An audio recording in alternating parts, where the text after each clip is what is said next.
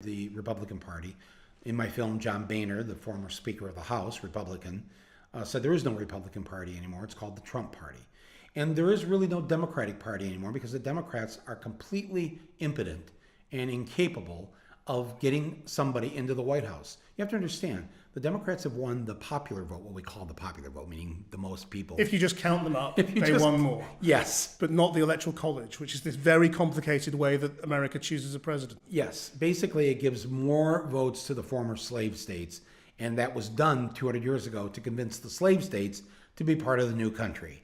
So basically, the Democrats have won the popular vote in 6 of the last 7 presidential elections, which means since Daddy Bush was elected in 88, the Republicans have won only once in 30 years since 88, and that was in 04 with Junior Bush, and he only won by one state with 65,000 votes.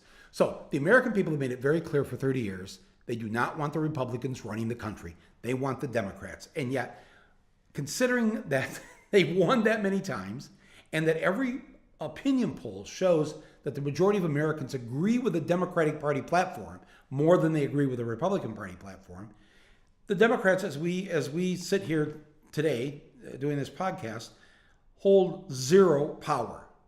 They don't have the White House, they don't have the House, they don't have the Senate, they don't have the Supreme Court anymore. In 50 of our state capitals, the Democrats control 8 of them. That's it.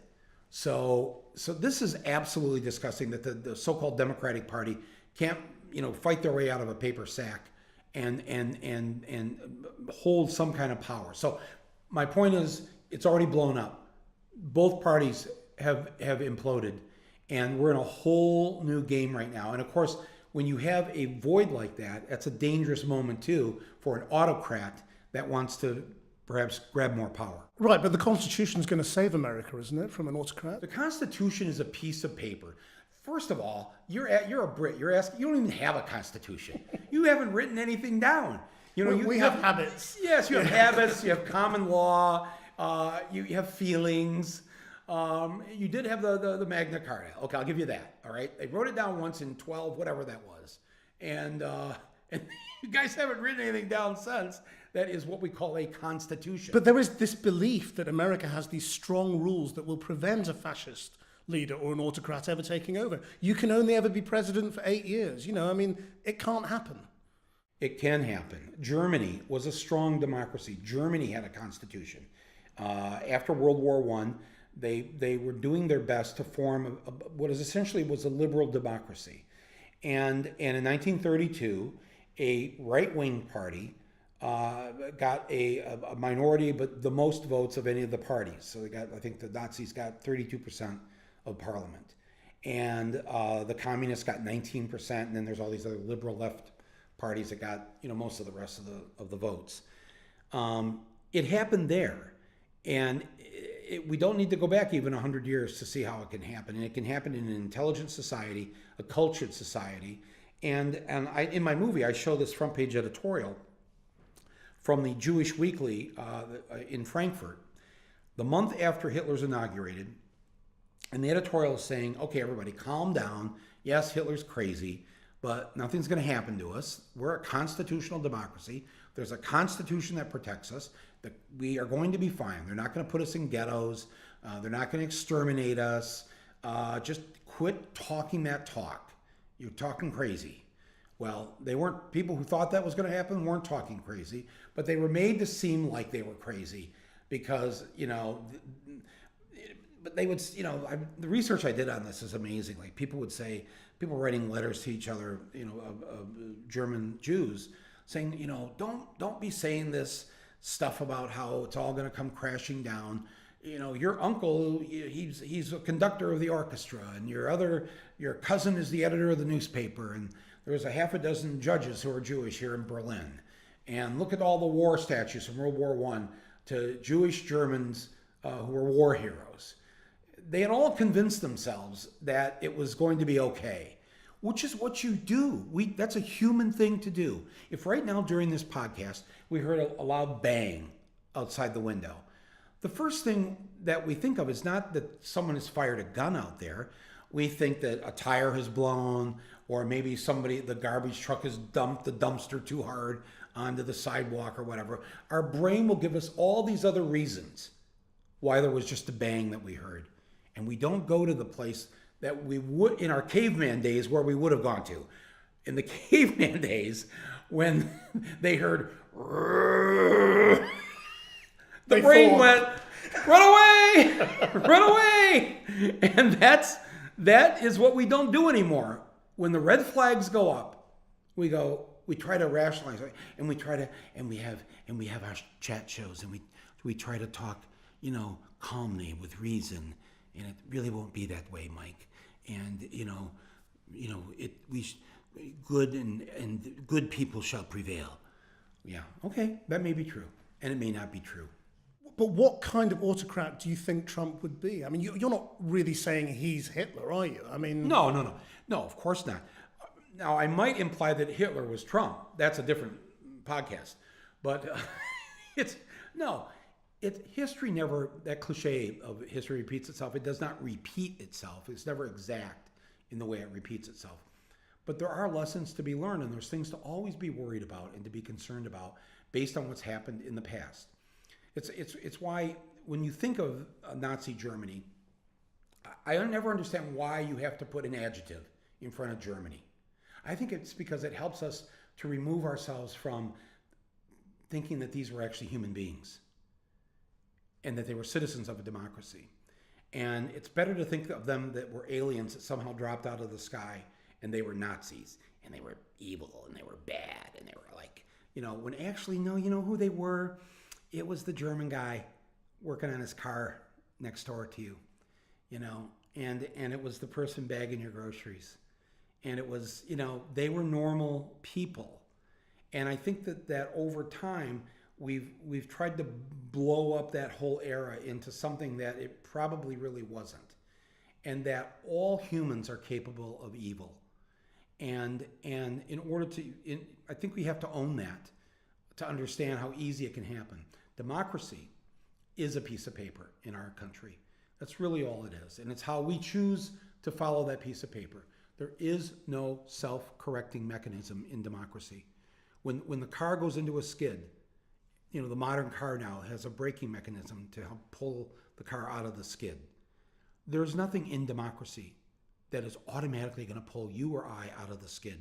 And someone like Trump, yes, very easily could take that car right off the cliff. So you make movies, don't you, to change the world, to change the way people think?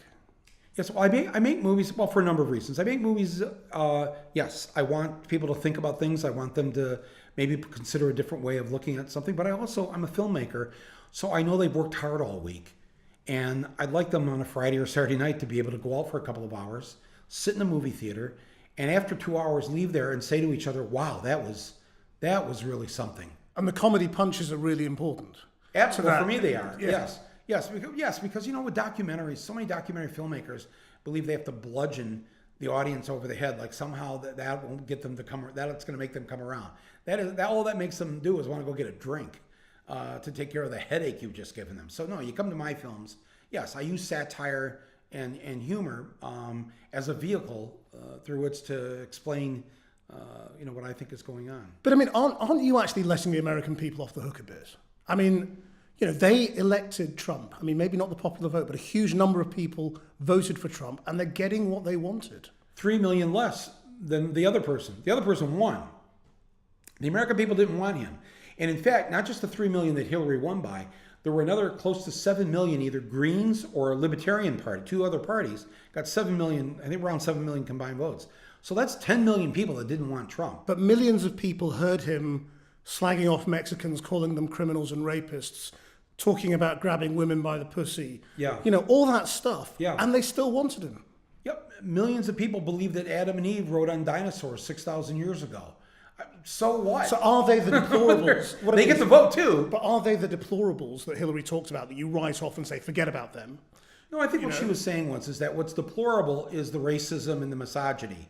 That was deplorable. The part I didn't agree with Hillary, because the other half of her sentence was about the deplorables, is that they were irredeemable. They were beyond redemption. I don't believe anybody really is beyond redemption.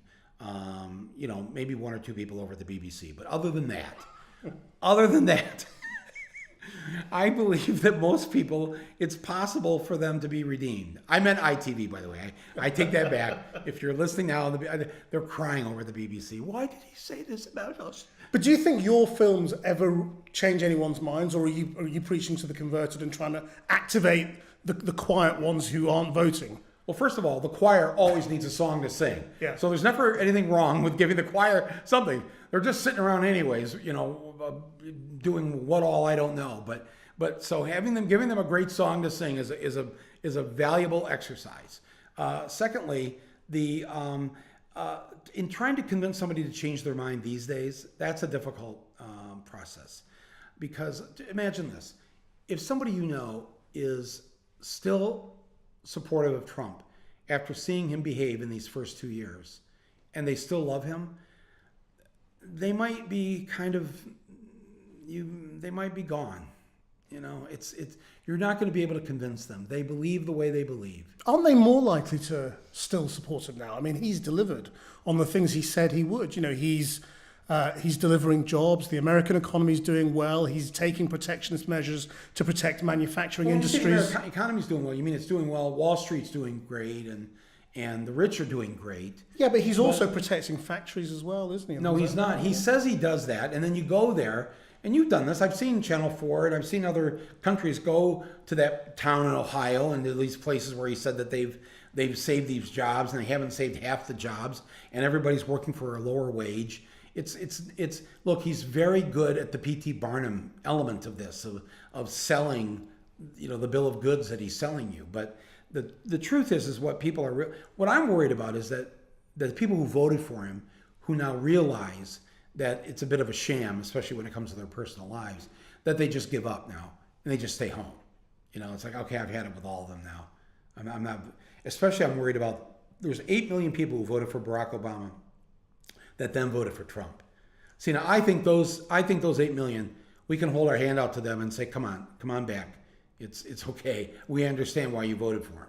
This latest movie of yours, you explore this new movement, mainly of women who are entering politics for the first time and deciding to stand.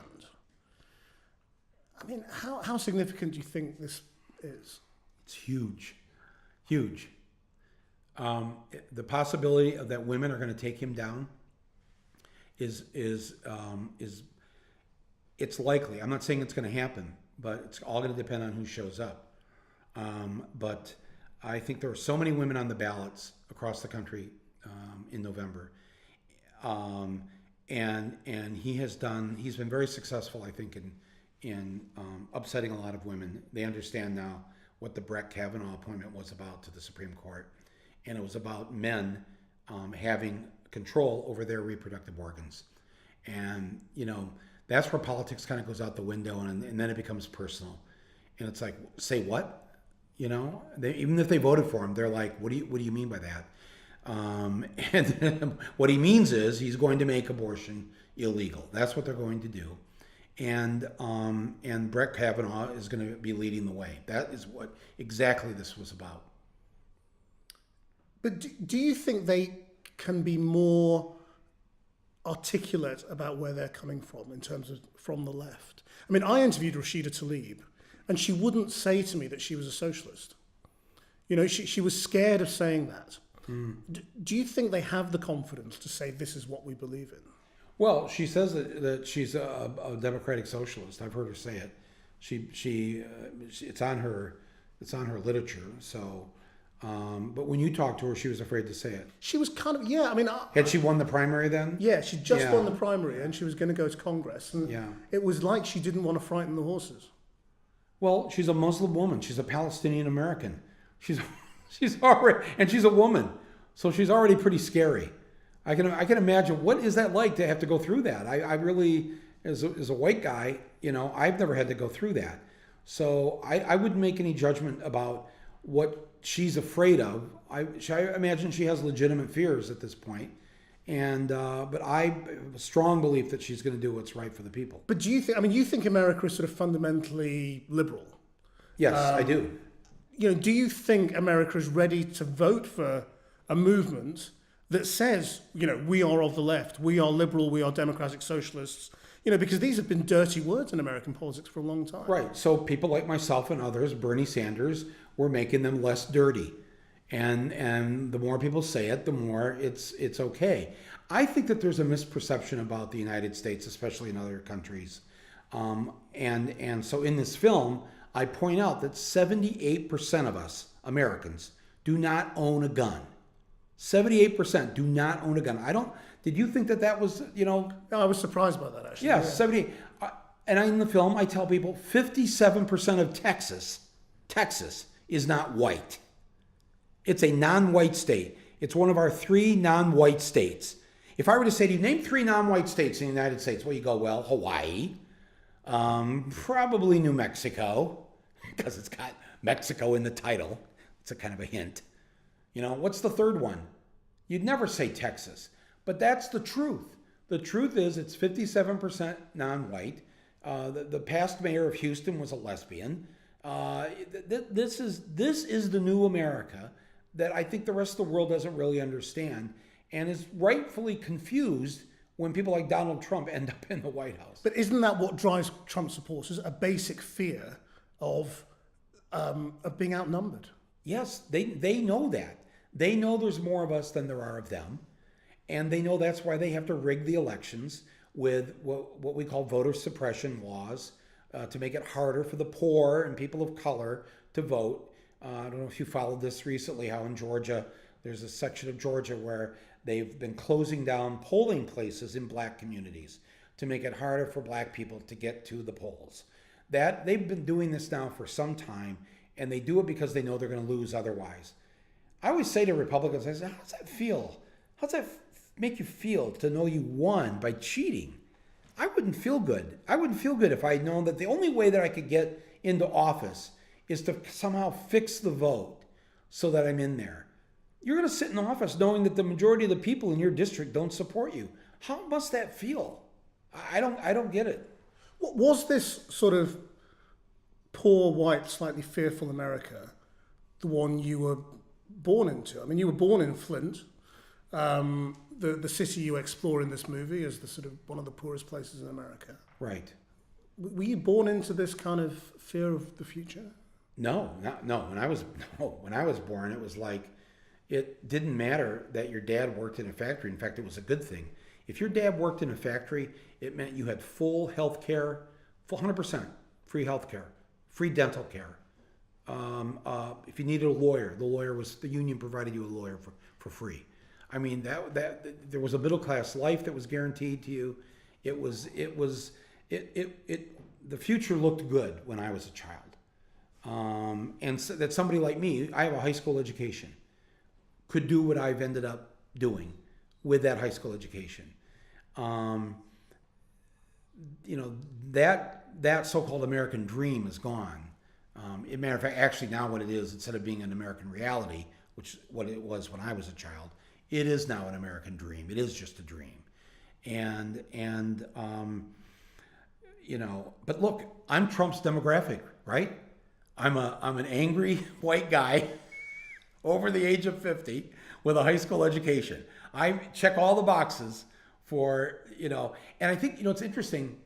Trump has come at me, not as much as you would think he has, because I think he understands that there's some crossover in our two bases, in my base and in his. So he's very careful not to upset the working class people who support me, because he wants those votes too. So this is the great fight we're having. Now, in this movie, you've kind of admitted your previous encounters with Trump and his entourage. That Bannon was the distributor of one of your movies, that Jared Kushner was one of your backers, and that you've cozied up to some of the Trump people in the past too. I mean, is that something you feel bad about? No, I think if you're in the film or TV business in New York, everybody has had encounters with Donald Trump. Everybody's been on shows with him, or you've been at parties. I remember the first time I saw Donald Trump when I first moved to New York from Michigan. It was at a Planned Parenthood benefit. It was at essentially a group that's pro-choice, abortion rights, and there's Donald Trump. Trump was always at Democratic Party events in New York City. He always blew with whatever way the wind was blowing. He has no actual beliefs, except his one belief, his belief in Donald J. Trump.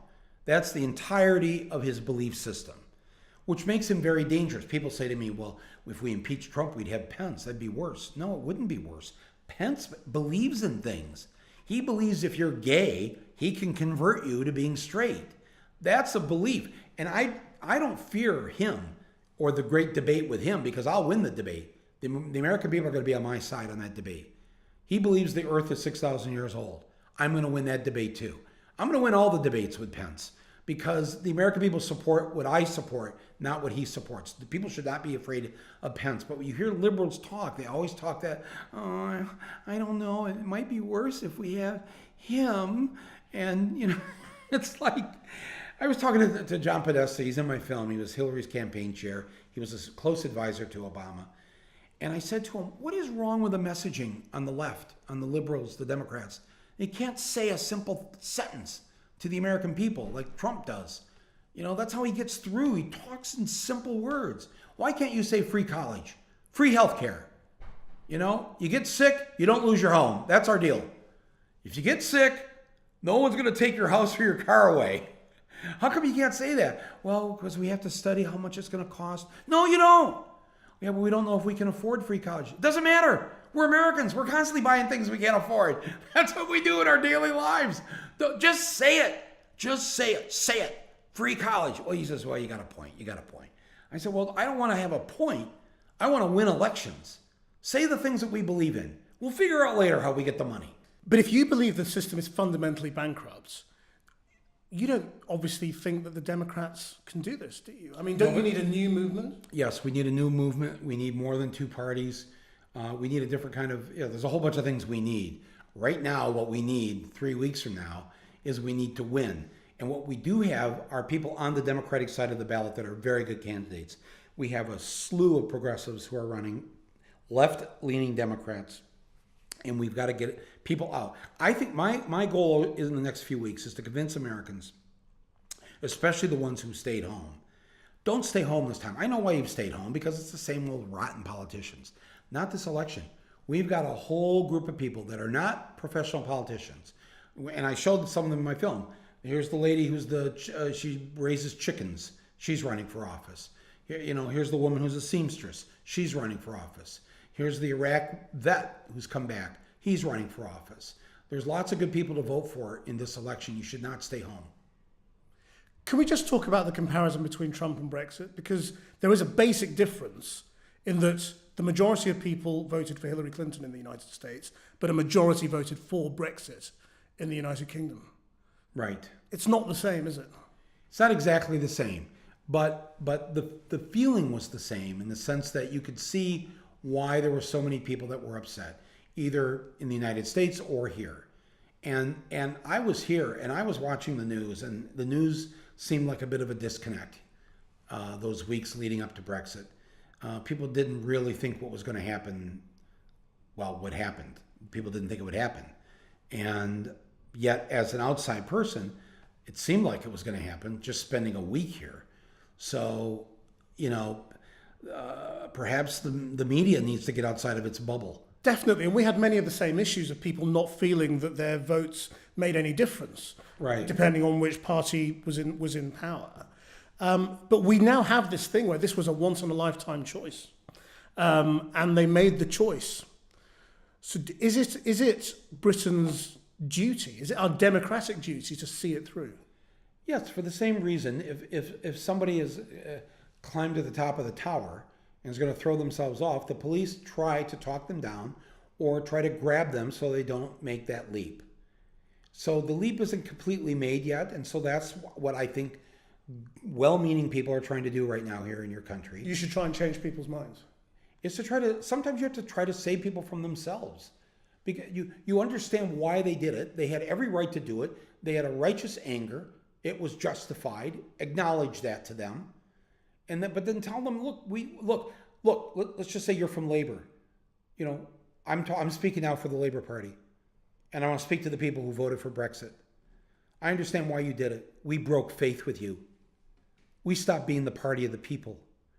We took this country to a war that the United States started. We've been snipping away at the social safety net, the very thing that has made Britain so different from other countries, that we try to make sure that nobody falls in between the cracks. And we've been taking that away bit by bit, and we haven't stood up for you. And we've heard your message loud and clear.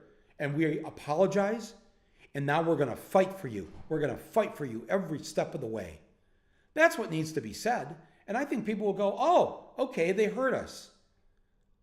Isn't there a Michael Moore film in Britain? Why haven't you done it? No, the question is, where's the 10 Michael Moores of Great Britain? You know, I mean, you should have 10 or 100 of me making the films that need to be made here. I hope they're being made here. I don't see them, but I hope somebody is listening to this and thinking, well, who is he to say that we need, you know? But it's like, you know, America needs 20 George Orwells. I mean, you know, we need all the things that you've given us. Look what you've given us. I mean, everything from Dickens to you took in others. You took in Marx and Engels and let them write their stuff here and didn't throw them in jail. At least I don't think you did. I hope you didn't. But at least they had a place where they could think. You know, I mean, it's really, you know, even composers that came from Austria and Germany came here to London, where there was a little bit of more of cultural and artistic freedom. This is your history.